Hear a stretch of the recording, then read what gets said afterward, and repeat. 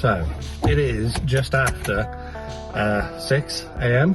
and where has the summer gone? It's dark, but getting on the road. It's going to take a couple of hours. Kind of wish I'd gone up last night and stayed over, but let's hope, fingers crossed, traffic's not too bad, weather's not too bad, and we'll get this show on the road.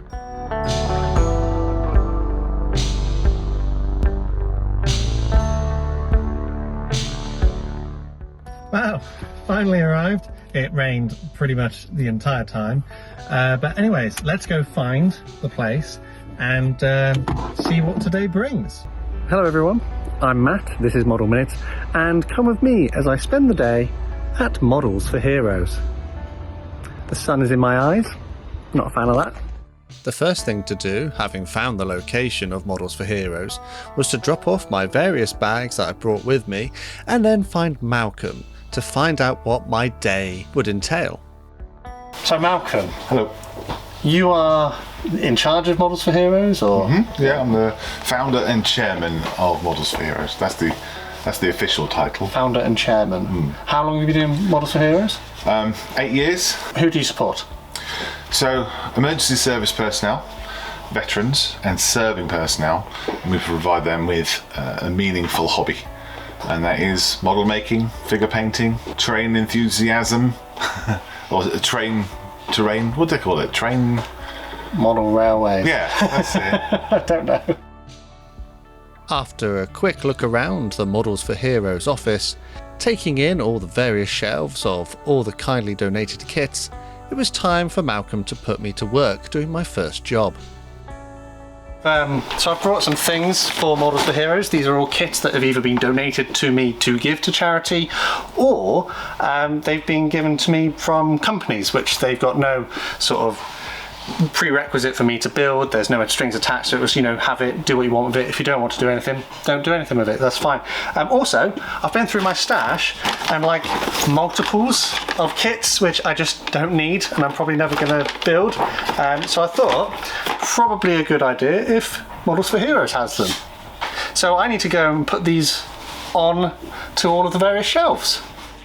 Under Malcolm's careful guidance, I carefully put away all of the various kits that I brought up to donate to the charity. I did have to take care to make sure I didn't put things in the wrong place, because everything kind of did have a place where it needed to go.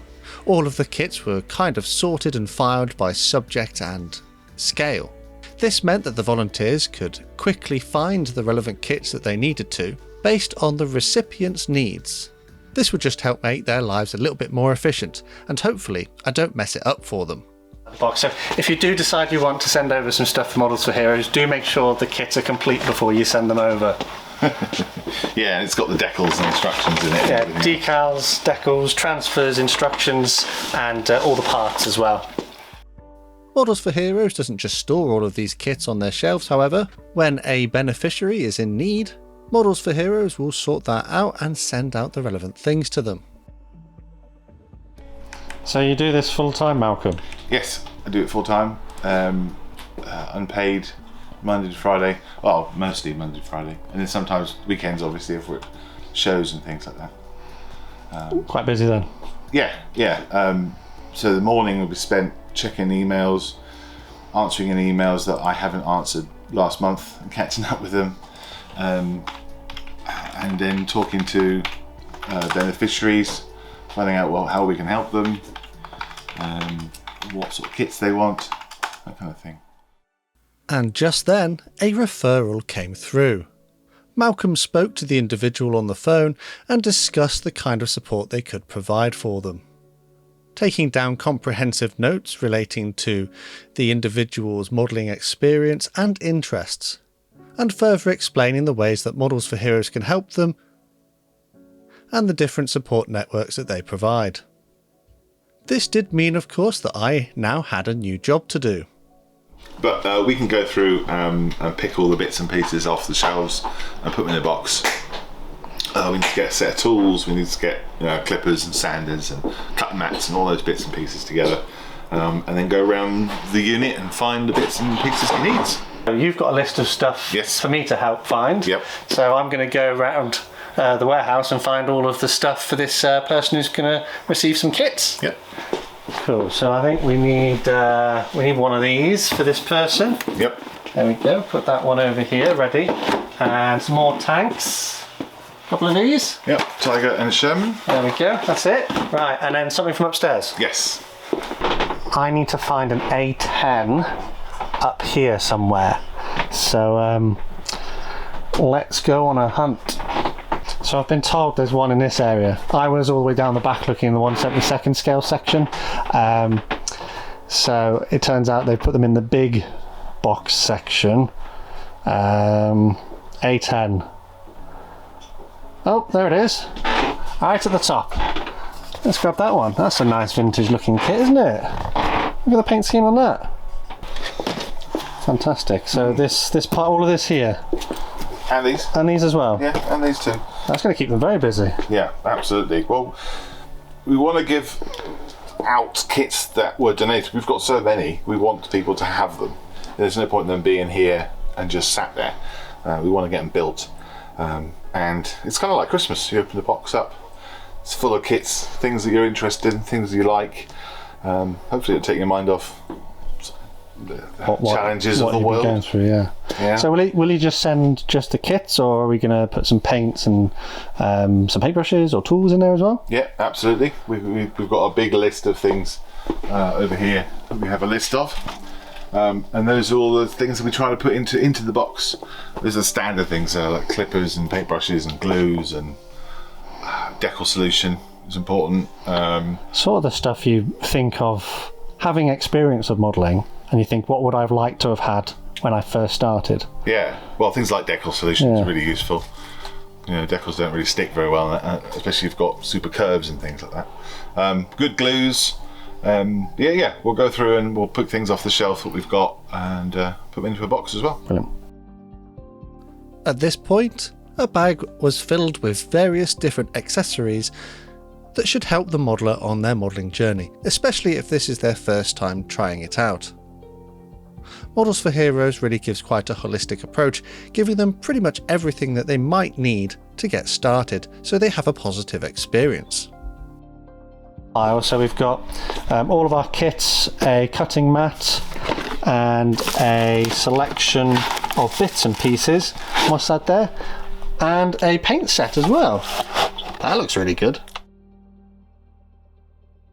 All of these kits and accessories that we'd selected were then packaged up nice and securely, an address label printed and attached to the box for the recipient, and all that left to be done was to wait for the courier service to come collect it, perhaps giving them the chance to start a new meaningful hobby. But that wasn't my last job of the day.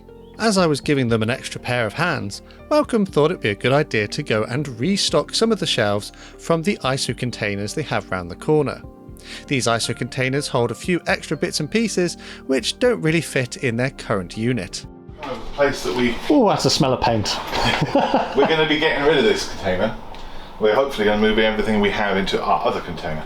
Oh, because you've got two containers. We do. But you need to... We used to have three. Remove everything from this one to sort of consolidate it.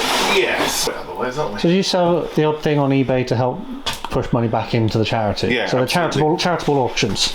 Yes. What we'll do is if we have things that people don't want, for instance, like we've got loads of train stuff down the corner there, track and things like that, you know.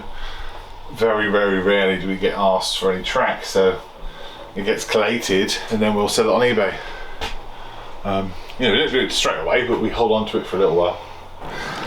There's a company nearby called Asmodee.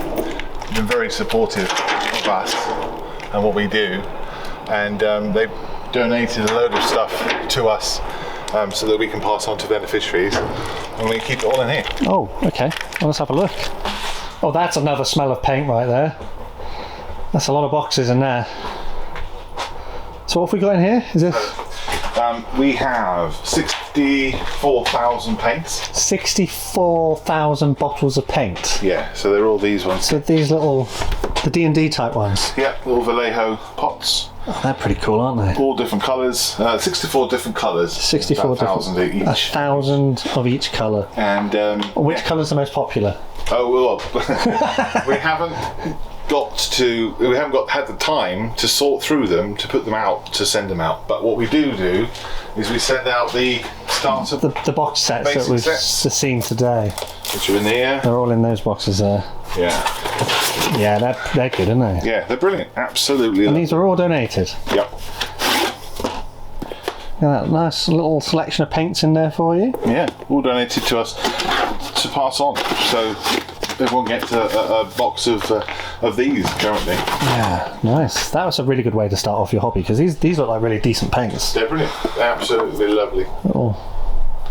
Little paint there. Yeah. Paint all loads of different colours. The main unit was a bit low on stocks of these paint sets, so Malcolm and I took some boxes back round to the unit so we could stock the shelves ready for the next beneficiaries to get some paint sets as well. So when you were on the phone earlier, you were asking the person what their sort of interests were, what they wanted to do, what they didn't want to do, and what their experience level was before, if they had built any models in the past or if they hadn't. And then, as you can see from what we just did, we went through and filled a box for them. They'll tell us that it's like Christmas. And they open the box. Usually it's quite overwhelming for people. Well, we just put a lot in that box today. And I thought they were for all different people, but they're all for one. Yeah. Well, you think about if I send someone one kit and they get that one kit, it might be something they're not interested in building, even if I've spoken to them.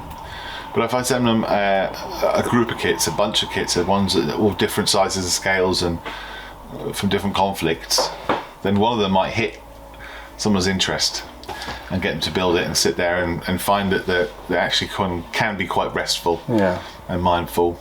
And not all kits are the same either, are they? So if you pick up the first one that looks good but actually turns out to be a bit difficult to build, and then you go, right, I'll put that one down and pick up something else, that one might be better for you. Yeah, absolutely. Someone might pick something up with rigging on it or something and not realise how difficult rigging is, or someone might pick up rigging and find that they are relaxed and enjoying the process of putting it together. So you're presenting choice, really. Yeah. So we have nearly 200 volunteers, and some of them run modelling sessions, either once a month or 4 times a month, and they will have local beneficiaries there, and they come in and build models, basically. It's like little tiny clubs all around the country. Sort of like Models for Heroes outreach. Yes, I guess so. Yeah, and each one has about 3 to 10 beneficiaries attending, sometimes more, sometimes less. It all depends on the area and who's interested in the area. Have fun. Yeah, it's not just about the modelling, it's about helping each other out, isn't it? Yeah. So how could you support Models for Heroes if you're watching at home? There's a number of ways. So on our website there's a donate button, and it tells you how to donate model kits, how you can donate funds, how you can donate flying hours. You've got flying hours here, haven't you? There you go. As if by magic. Flying hours. So if you keep them off your Airfix kits and give them to us, we can then pass them on to Airfix, usually at Scale Model World in November, and in a big bag, and then throughout the year they support us with providing us kits as and when. So we were just discussing flying hours. For those of you who've built Airfix kits in the past, if you just look on the side of the box, there should be a little token there, flying hour. You can obviously use them yourself if you're a member of the club and send them off to get more models. If you're not a member of the club and you don't know what to do with these coupons, please cut them out, keep them, put them in a bag and send them to Models for Heroes, who can then redeem them as the super club member that they are. Are there any other ways? Yeah, so sending us model kits. So in the same way that you've been collecting kits for us to bring down, some people will collect kits just to pass to Models for Heroes, or if they're having a clean out in the loft, they'll go through and decide that really they have too many model kits and they can get I can relate to that, yeah. And if you make space in your loft, you can buy more. Win-win. So we'll take any type of model kits, anything that's plastic and is ready to build. We don't like to accept anything that's having paint or glue on it. Unstarted, preferably. Yeah. So it's okay if you buy a new kit and then you look at it and sniff the plastic and everything else, but don't start it, because we're not interested in those really. So complete unstarted models. It doesn't matter the age. Nope. Vintage is fine. Just as long as they check what's inside the box before they send it out, just to make sure it's complete. And make sure you haven't stored anything that you shouldn't have done in there. We get all sorts of stuff sometimes stuffed into boxes, but just make sure that it's all there. And if you were to receive that kit as yourself, that you would be happy to sit and build it, and then send it all to us, and we will make a good use of it. The other thing is, if we're at a model show, you obviously can just email us and check. But if we're at a model show, please bring your kits along there. And our volunteers can sort of chain gang it down back to HQ. Or if the model show is nearby one of these face-to-face sessions that we're talking to, we were talking about, then they can go directly to there instead of coming here. Can people drop stuff off here at the HQ as well? Yep, just sort of check ahead. Yep. Check I'm here. Give me an email. Make sure I'm, in or somebody's in here in Newbury. Also, they can go along to their face-to-face session. If they live long way away, all the way down in the far tip of England, for instance. If there's a session down there near you, you can take it along there. We've done flying hours. Yep. Donate on the website. Yep. Physically bring kits in. Yes. And then you said funds. There's also, so as well as donating on the website, you can donate financially in other ways. Yep. So all the tools and things like that, we don't usually get donated. Glues doesn't get donated. Clippers, cut mats, those are all things that we have to buy ourselves. They're sort of consumables that people would use at home. Why would they have a spare one, type of thing? Yeah. I think we worked out that it costs about £30 every time we send a box out. Right. The amount of tools that we send. Sort of consumable wise. Yeah, because we'd like to send the good stuff out. Oh, yeah. So it costs money, unfortunately. So that's the things that we need to buy. And obviously sending the box itself costs money. The packaging costs money, all that sort of thing. So rent, lights, keep the lights on. It's money. And usually we get plenty of donations at model shows. People do raffles, all sorts of things for us. Again, all the details are on the website, which is modelsforheroes.org.uk. I'll link it in the description. And speaking of funds, the ad revenue for the first month of this video being published, I will donate to Models for Heroes as well. So we'll watch out for that. So make sure you share this video with as many people as possible so that we can push that ad revenue up. The very last thing people can offer to donate, and what's that? Their time. Yeah. So you can offer to be a volunteer. We have a volunteer process where you have to have a couple of references and DBS checks and things like that. But if you wanted to, you can start your own session. We would support a volunteer. But also, there's all sorts of little things that people can do to help, depending on their skill. If someone's very good at marketing, we'd love to hear from you. If someone likes writing thank you letters, we'd love to hear from you. If someone just wants to go to their local hobby shop and put a collection tin in there, then again, we'd love to hear from you. So all the little things that we do, even if you want to just donate an hour of your time a month, then it'll be really useful for us. And the very bottom line, just share this video with your friends and your family and your model club, and everyone will listen.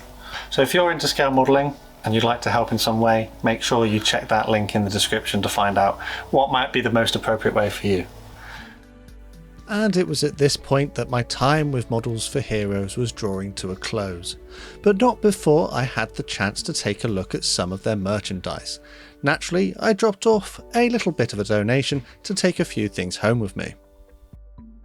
You take a photograph of that, nobody knows how big. Oh, because there's no reference. Yeah, nobody knows how big your model is. So if you take a photograph with the model, with a pen in the background or in the foreground, showing the Models for Heroes logo, of course, then everyone knows exactly how big your. That's a 1:1 scale pen for reference. Yep. Does it work as a pen? There is an emergency function. That's a secondary function. Yeah. Okay. And every 3 years, if you bring it back, we can calibrate it for you. Brilliant, thank you. Does it come with a serviceability certificate? No. not only can you donate, but you can also purchase some of their merchandise. So on their website you can have a look. They've got hats, a nice mug so that you don't drink your paint water, or not paint water in this case. Make sure you put your tea in there and not your paint water. Embroidered patches, wristbands, some stickers for your windows, and also these are water slide decals, which I've actually used these on a previous build where I built a Spitfire, and they're pretty good. So if you want to make a custom Models for Heroes themed model, definitely pick up some of these. And these aren't set prices, are they? They're sort of just a donation if you see them at a show. Yep, so if you see them at the show, make a donation and pick some of these up. However, you can get them on the website as well. Yeah, some of these items are available on the website under the shop. Under the shop. So go onto the shop and have a look and see I would definitely recommend the transfers, so you can do a Model for Heroes model kit. I have had a great time here at Models for Heroes today, and thanks to Malcolm and all the other volunteers for having me and for the amazing work that they do. As mentioned, don't forget to check the links in the description to find out more about Models for Heroes and how you can support them. Of course, don't forget to share this video with other people who may be interested in scale models or possibly helping Models for Heroes. I, however, am about to hit the road and brave the fine British weather, and it has not stopped raining this entire time. So I will see you, potentially, on the workbench next time.